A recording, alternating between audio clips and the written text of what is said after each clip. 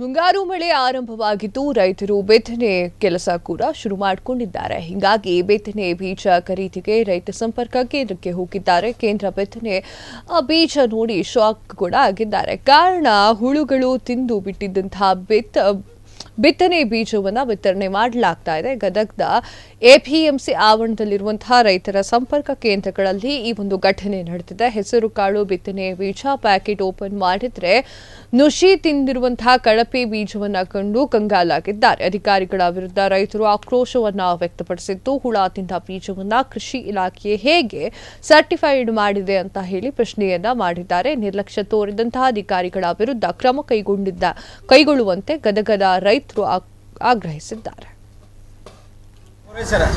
ಇವತ್ತಿನ ದಿವಸ ಗದಗ ಜಿಲ್ಲೆಯಾದ್ಯಂತ ರೈತರಿಗೆ ಬಹಳ ನಿಂತ ಮತ್ತು ಜರ್ಮಿನೇಷನ್ ನಿಂತ ಬೀಜಗಳನ್ನ ಪೂರೈಸಬೇಕು. ಕಚೇರಿ ಎದುರಿಗೆ ಉಗ್ರವಾದ ಹೋರಾಟ ರೈತರು ಕೈಗೊಳ್ಳಬೇಕಾಗುತ್ತಾ.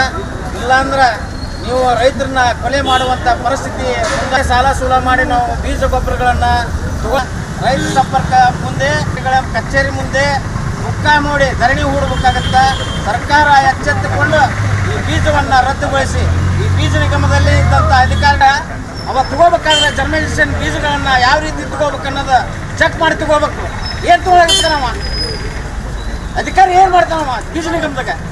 ಯಾರು ಕೇಳೋರು ಕೇಳಿಕೆ ಇಲ್ದನ ಇಲ್ಲಿ ಬಂದು ರೈತರಿಗೆ ಮೋಸ ಮಾಡುವಂತ ಬೀಜದ ಕಳಪೆ ಗುಣಮಟ್ಟದ ಬೀಜವನ್ನ ಪೂರೈಸಿದಂತ ರೈತರಿಗೆ ಅನ್ಯಾಯದಂತ. ಈಗಾಗಲೇ ಮುಂಗಾರು ಹಂಗಾಮಿನೊಳಗೆ ನಾವು ಬೀಜ ಬಿತ್ತೀವಿ, 50-60 ಸಿಗ್ತೀವಿ. ಟ್ಯಾಕ್ಟ್ರಿ ಡೀಸೆಲ್ ಏನು, ಎತ್ತಿನ ಖರ್ಚೇನು, ಬೆಳೆ ಹೊಡೆದಿದ್ದ ಖರ್ಚೇನು, ಬದುಕು ಮಾಡಿದ ಖರ್ಚೇನು, ಯಾವುದು ಖರ್ಚಿಲ್ಲದ ಶುರು ಮಾಡಿ ವ್ಯವಸಾಯ ಮಾಡ್ತೀವಿ. ಇಂಥದ್ರಲ್ಲಿ ಬೀಜ ಕಳಪೆ ಗುಣಮಟ್ಟದ ಬೀಜವನ್ನ ಪೂರೈಸಿ ಇಂಥ ರೈತರನ್ನ ಅನ್ಯಾಯದಿಂದ ಇಲ್ಲಿದ್ದಂತ ಎಲ್ಲ ರೈತರನ್ನು ಕೊಲೆ ಮಾಡುವಂತ ವ್ಯವಸ್ಥೆ ಕೂಡ ಮುನ್ನರ ಹಾಕ್ಯಾರ. ಕೂಡಲೇ ಹುಳ ಬಂದ್ಬಿಡ್ತಾವ್ರಿ. ಈಗ